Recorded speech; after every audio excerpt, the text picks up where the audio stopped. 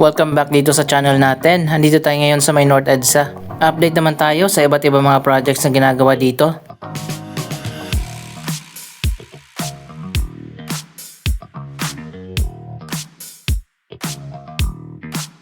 Ito na pala ito na ang latest sa MRT7 Turnback Guideway project na ginagawa ngayon dito sa may West Avenue.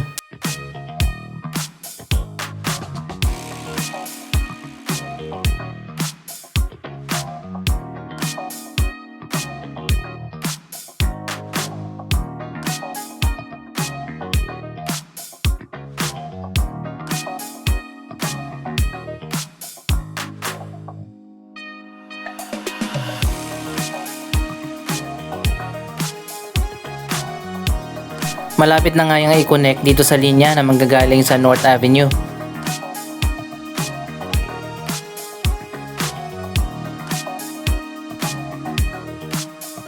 Iikot pala tayo dun sa kabilang side ng EDSA. Dito tayo dadaan sa modern EDSA busway station ng SM North. Ito ay pinagawa mismo ng SM kaya napakaganda.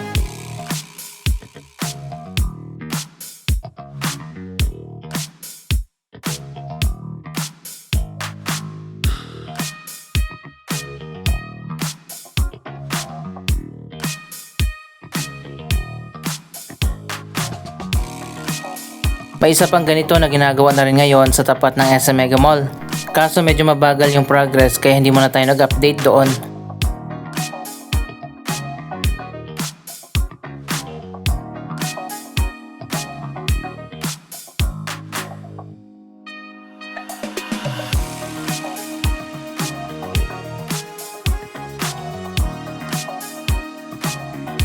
Halos similar design lang din yung bagong EDSA busway station na ginagawa doon sa may SM Mega Mall.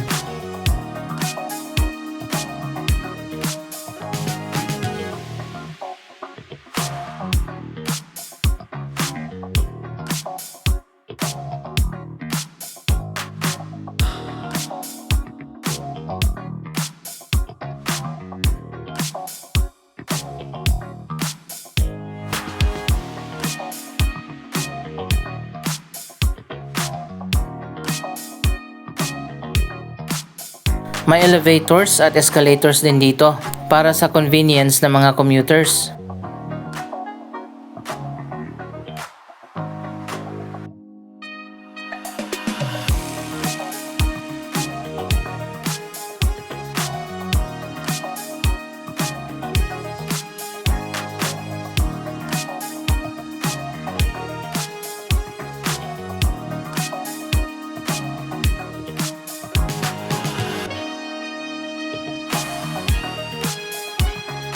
Ito na nga ang magiging model design sa mga bagong itatayo na EDSA busway station.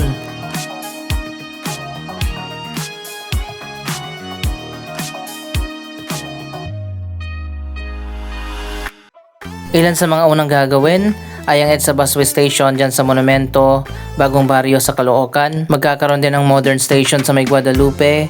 May bagong modern EDSA busway station din ay tatayo dyan sa may Kamuning. At finally magkakaroon na rin ng station dyan sa Cubao.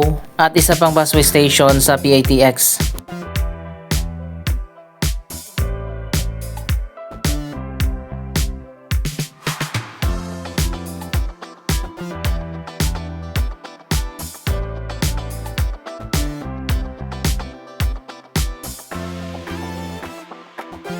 Dito sa gitna, meron ding elevator.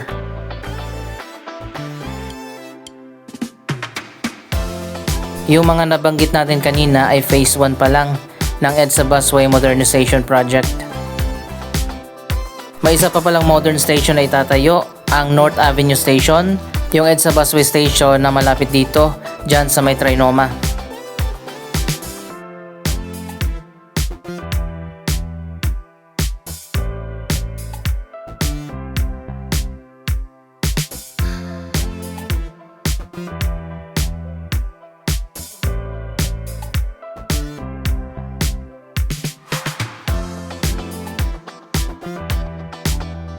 Baka next year na siguro sisimulan ang mga bagong proyekto na yan.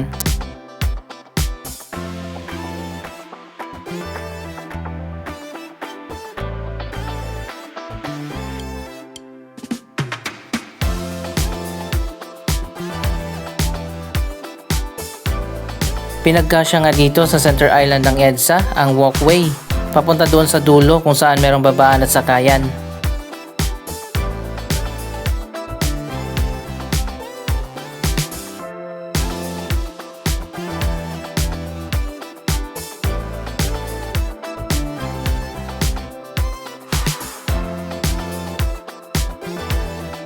Kung may gusto, meron naman talagang paraan na magiging modern ang mga transportation facilities natin.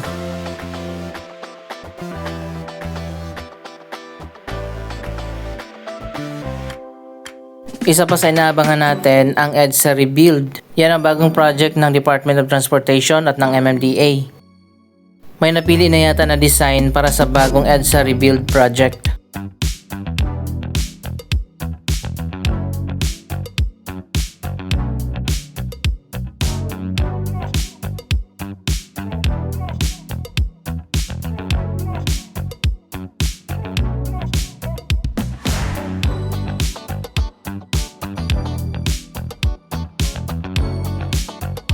Maluwag din talaga itong walkway na connected na sa SM North.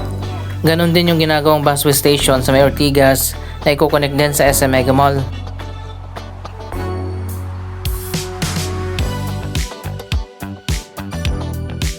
Isa pang inaabangan natin ang tapusin na talaga itong Common Station Project.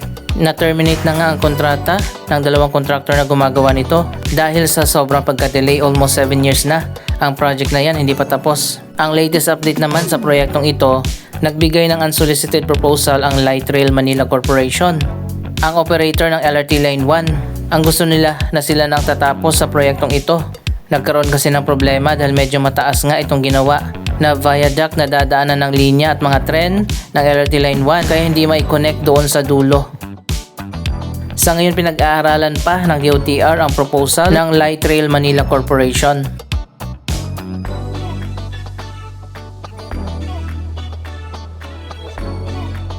Isa pang malaking project na abangan natin ang SM North Redevelopment Project. Natapos na nga ang expansion at renovation ng Mall of Asia. At ngayon naman ginagawa na ang major redevelopment ng SM Mega Mall kung saan magtatayo nga ng bagong mall. At ito na nga ang bagong announcement ng SM North EDSA naman next year ang magkakaroon ng major transformation. Dito sa unahan ipapakita ko sa inyo ang magiging bagong design ng SM North. Malaking pagbabago ang mangyayari lalo na dito sa Sky Garden.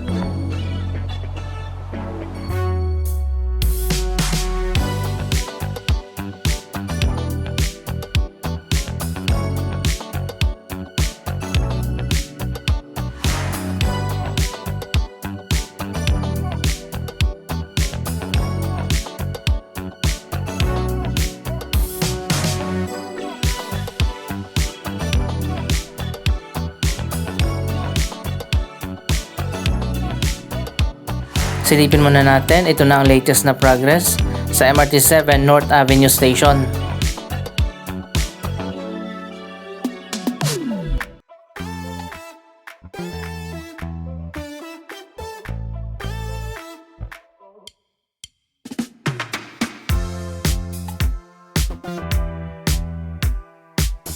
Ayan na nga, tuloy-tuloy na ang progress sa bagong station na ito.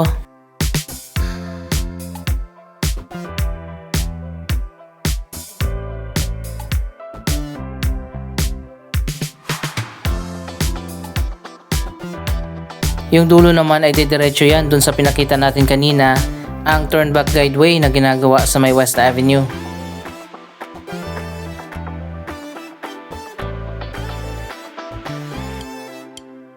Eto na nga, ipapakita ko na sa inyo ang bagong design ng SM North.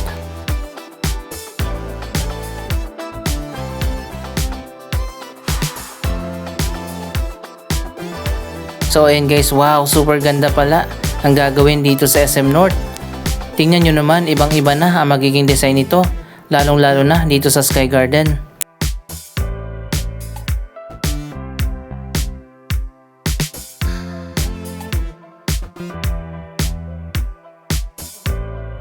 Mas modern, mas maganda na SM North EDSA.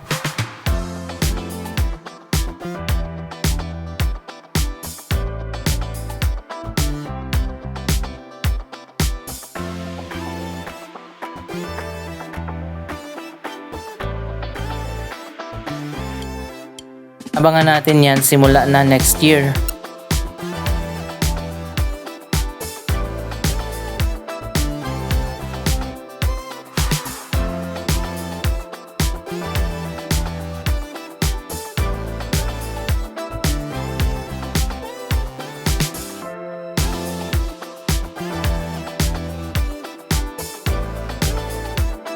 Ang Trinoma extension naman umabot na hanggang dito sa North Avenue. Connected na rin yan dito sa Common Station Building. Mas lalawak pa yung area ng Trinoma kapag natapos na yan.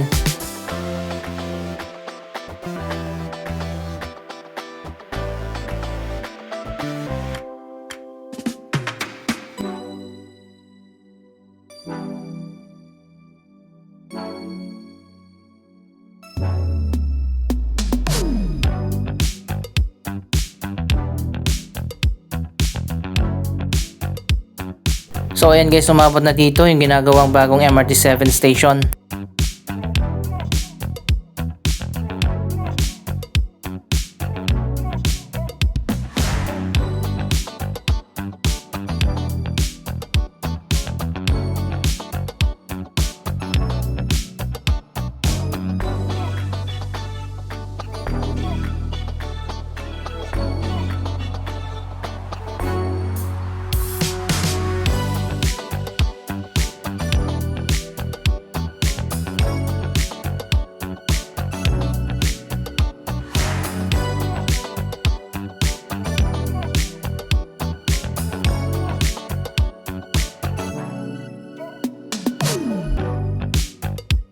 Sana matapos na talaga ang Common Station.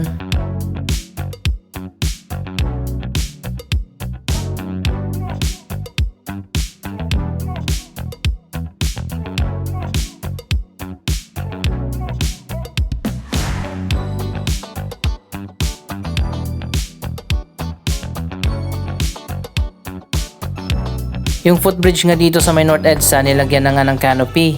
Ngayon naman pinuno na ng mga billboard.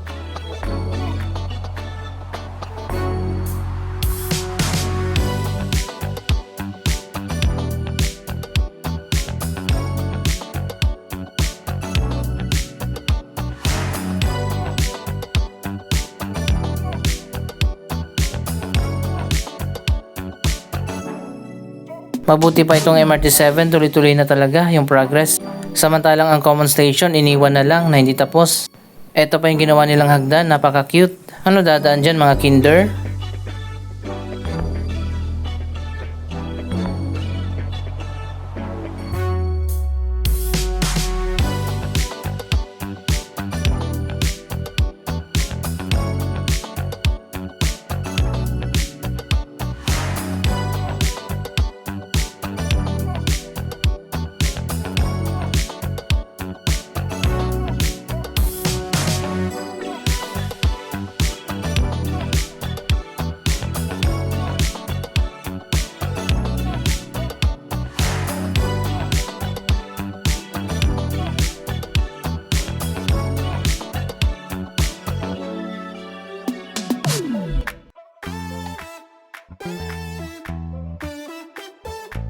At finally, ito ang pasilip sa kabilang side ng Trinoma extension.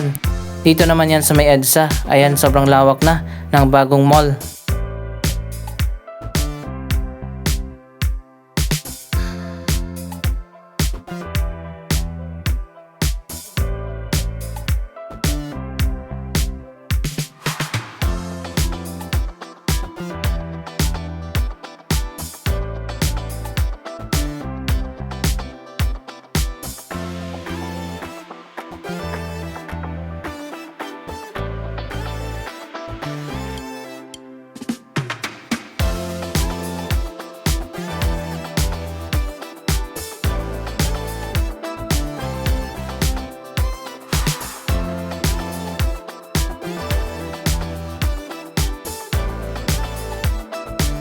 Anong masasabi nyo sa mga proyektong ito? Mag-comment lamang dyan sa baba ng inyong mga reaksyon.